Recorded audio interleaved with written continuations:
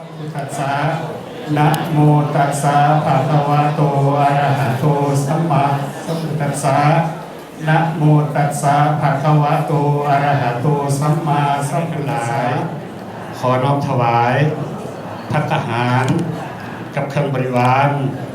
ทั้งหลายเหล่านี้แก่พระสงฆ์ขอพระสงฆ์จงรับซึ่งภัตตาหารพร้อมกับเครื่องบริวารทั้งหลายเหล่านี้เพื่อประโยชน์และความสุขแก่พวกขน้อยแก่บิดามารดาญาติพี่น้องผู้มีพระคุณเจ้ากรรมนายเวรตลอดกาลนานเถิดอีกประการหนึ่งพวกขน้อยขอแบ่งบุญส่วนนี้ไปให้แก่อดีตทุกทางที่ได้โมทนาสาธุการร่วมสร้างวัดวิรุวรรณารามแห่งนี้ตลอดถึงเพศและสัตว์นรกทั้งหลายที่ถึงปล่อยออกมาเฉพาะงานวันนี้ขอพบเพิ่นจนหับเครื่องที่เป็นทิพย์พร้อมกันเลยเถิดถ้าผู้ใดยังมีทุกข์คอยพ้นจากทุกข์ถ้าทานใดถึงสุขแล้วขอให้มีสุขยิ่งขึ้นไปขอให้ได้ดังสมความมุ่งมั่นปรารถนาของพวกขน้อยนี้ด้วยเถิดสาธุสาธุ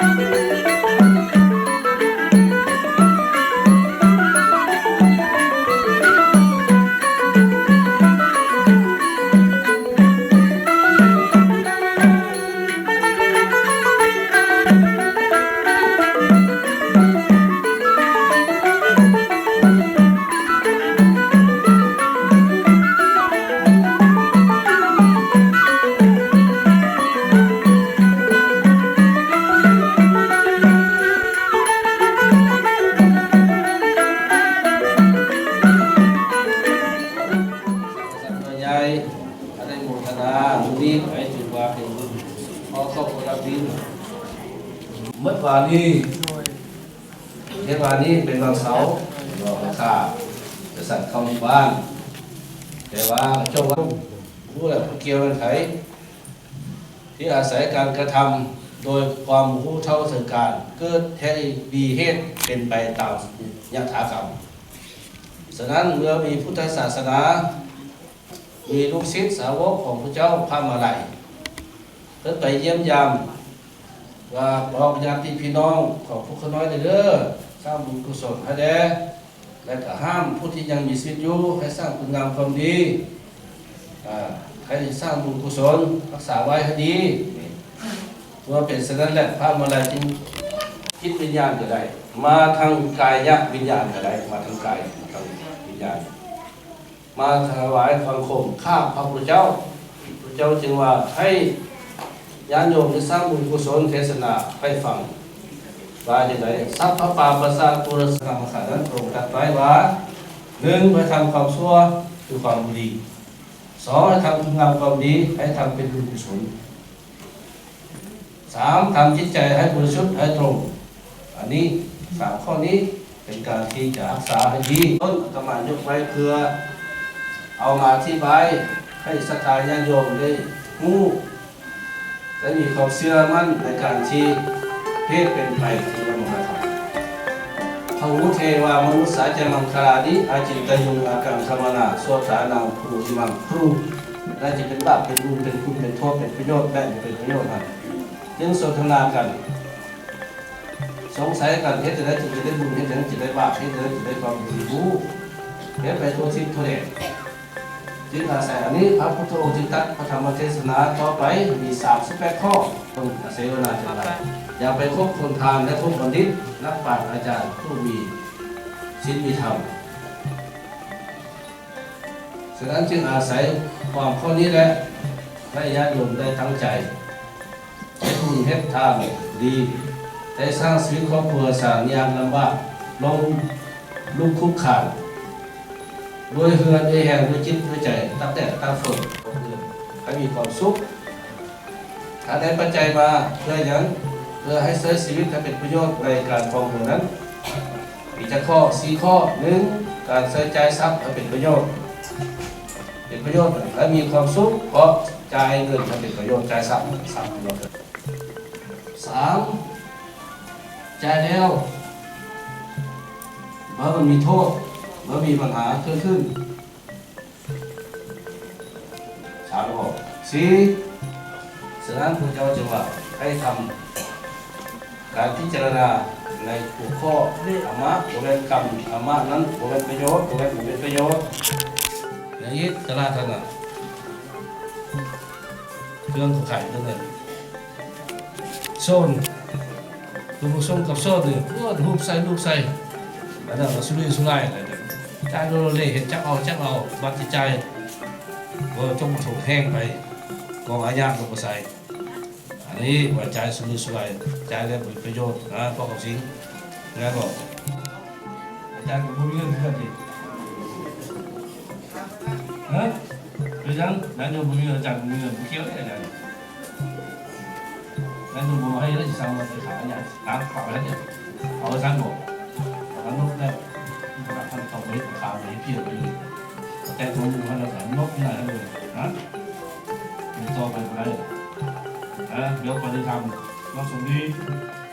สังกะสีเฮ็ดประตูนะพ่อบอกน้ำเลยนะถ้าญาติโยมบุญที่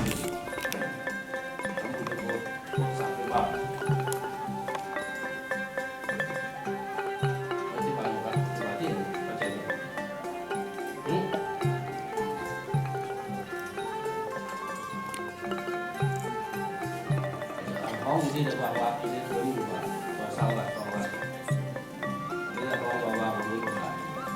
ต้องไปเล่นแล้วด้วยแล้วนำตัวเสียงของการเกย์เอาเข้าใจฉะนั้นเนี่ยจึงเป็นใช้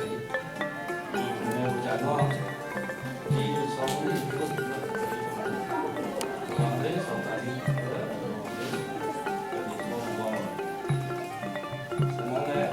อาศัยศรัทธาญาติโยมถ้าสร้างมีภาษาบุญภาษาคนมีภาษาคนมีภาษานะฉะนั้นจึงอาศัยสร้างเป็นภาษาโลกคือบอกการพูดจาว่าพิธีประเพณีวัฒนธรรมนี้ฉะนั้นพระมงคลดนตรีเสด็จจึงมาบอกให้สัตว์โลกออกมาอาทิตย์กับญาติพี่น้องและที่สองอาทิตย์ต้องไปหาเกิดสิบเพลงนั้นก็คือปิดประตูเอาเข้าพีเรื่องของเขาคือการคุกที่ขังนักโทษอยู่ในคุกขังพอมา2 อาทิตย์มาอยู่กับครอบครัวต่างๆถ้าภายใน2 อาทิตย์นั้นให้ดีแล้วมีคนระวังที่ต้องจาก100 ปีนึงคนเป็นยามเดียวนึงในมองโลกแบบว่าทุกคนฉะนั้นผมต้องเลยหายใจสั้นหายใจยาวผมอยากลำบากเขาเคยมาดีตรงกับผู้อาจารย์เที่ยวไหนถามอาจารย์นี้อาจารย์เห็นมั้ยอยู่ผมบอกอาจารย์ไปเห็นเขาจะตายไปเห็นเขาจะขึ้นไปเห็นคุณน้อยไม่เว้ยมีคุณน้องลูกมีราบาริโพเรนติสาคาลังเอวเมวัยโตทินังเปตานังอุปคปติอิจิตังปฏิตังตุมหังคิปะเมวัสมิจตุสัพเพปุเรนตุสังกปาจันโทปนรโสยถามณิโชติรโสยถาโยทิวาสันตุสัพพะโรโควินาศตุมาเตภวัตวันตรายโยสุขิธิขายุโกภวะอภิวาสเนจังวุธาปจา โนจัตตารโอธรรมาวาทันติอายุวันโนสุขังภาลังอายัญจะโคทักขินาเทนะสังฆัมปิสุปฏิมิตาลิกราตังมิตายาสธานาโสอุปกาปฏิโสยาติธรรมโมจายังนิทัสสิโตเปตานะปูชาจักตาปะเทนังตุมเหหิปุญญังปัสสุตังอนาปกันติสัญญานังอิมินาปุญญกัมเมนะอุปัจจายปุณุตระตัจจมาตาปิตาจยาตกะปิยามามังสุริโยจันติมาราชาคุณาวันตานาลาปิจาพระมมาลาจาอินตาจตุโลกปาลาจามนุสาจามาสัตตาเวริกาปิจาสัพเพสัตตาสุขิโหตุปุญญานิปกตานิเมสุขันจติวิทังเทตุขิปังอิมินาปุญญากัมเมนาอิมินาอุติเสนาจักขิปังสุรเปเจวะตันอุปาทานาเสธานาเยสันตานิพพานาโตมามังนาสันตุสัพพทาเยวายาทัสสะโตภเวภเวอุสุจิตังสติปัญญาสันเลโคมริยมหินามาลาลาภันตุโนสังฆตุจาเวสุเมตุตานิปาวะโลนาโทธัมโมนาโทวาลุตโมนาโทปัจเจกาพุทโธจะสังโฆนาโตตาโลมามังเตโสตมานุภาเวนามาโลกัสสังลาภันตุมาตุกัปปตาปัตตาจานิพยาโสกปัตตาจานิโสกาวันตุสัพเพปิปานิโนเอตาวตาจามเมสัมปะทังสัพเพเทวานุโมทันตุสัพเพสัตตาเวลาวันตุสัพเพสัตตาปยาปัชชาวันตุอนิคาวันตุสัพเพสัตตาสุขีอัตตานังปริหารันตุสุขีสุขีสุขีอิตังวรังปฏิคันหามิสาธุสาธุขอให้พวกขน้อย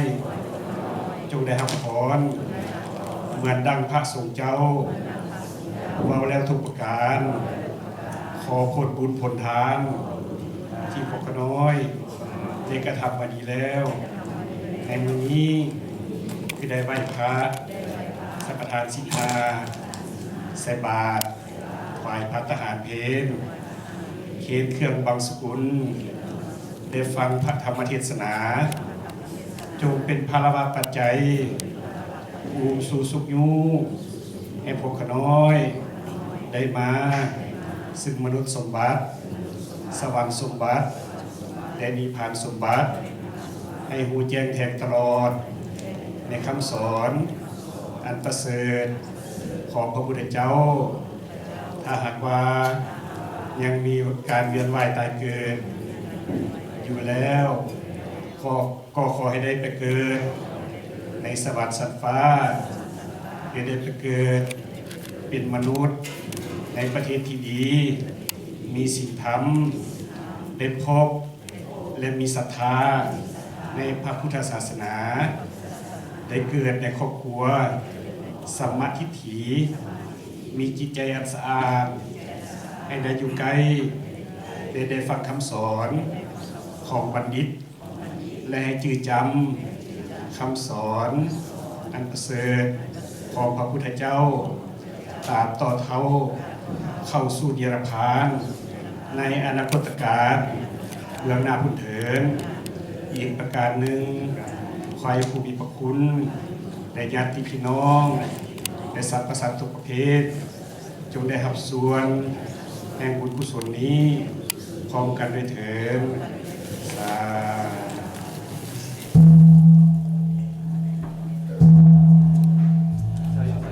อาเรอปาราชิตาปัลลังเกสิเสปะทะ